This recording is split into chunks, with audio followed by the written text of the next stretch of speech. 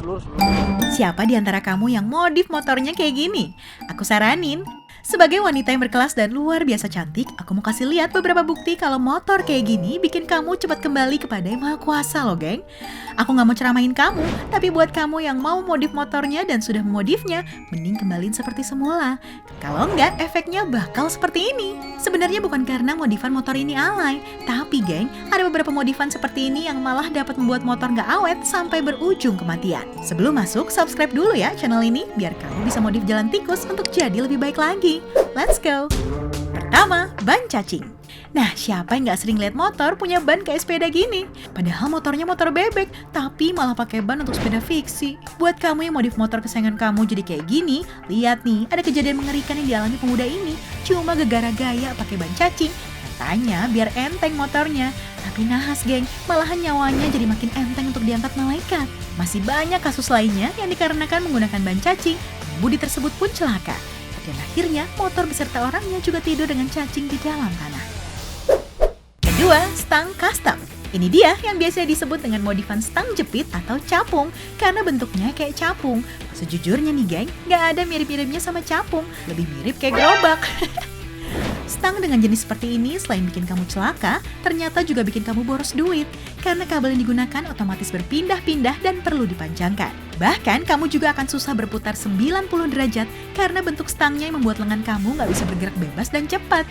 Bayangin kalau misalnya ada apa-apa dan lengan kamu gak bisa respon dengan cepat. Kalau gak jatuh ya paling terlindas truk geng. Mending ganti deh stang kamu ke bentuk normal lagi sekarang.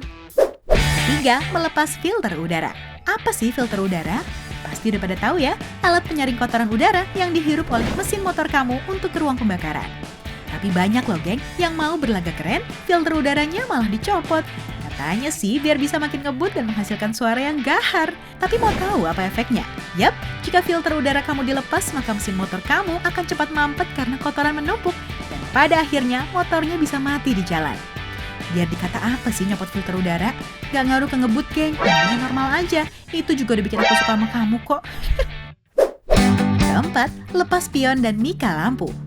Ini sih yang sebenarnya jangan pernah kamu lakukan, karena melepas spion itu namanya gila. Kamu mau diserempet pengendara lain dan terpental. Melepas spion bukanlah menambah keren motor kamu. Spion itu ibarat kuping pada manusia. Jadi jelek kan kalau dicopot? Lebih aneh lagi kalau kamu ke rumah aku, tapi mika lampu dicopot. Silau kali.